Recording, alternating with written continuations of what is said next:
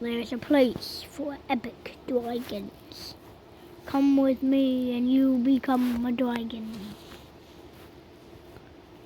The Dragon's Sword is a legendary place full of a cow, a chicken, a clock, a table, a monkey, everything that monkeys eat bamboo, a monkey on a tree with a broccoli, and then a cow eating soap, and then a horse kicking a cow with a clock on his forehead.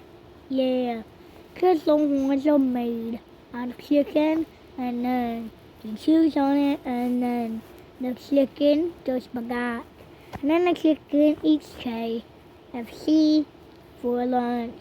It's scary because that chicken is a carnivore, and then the pig's wife got chopped up into bacon, and because that pig's bacon, and then the donkey went knee-high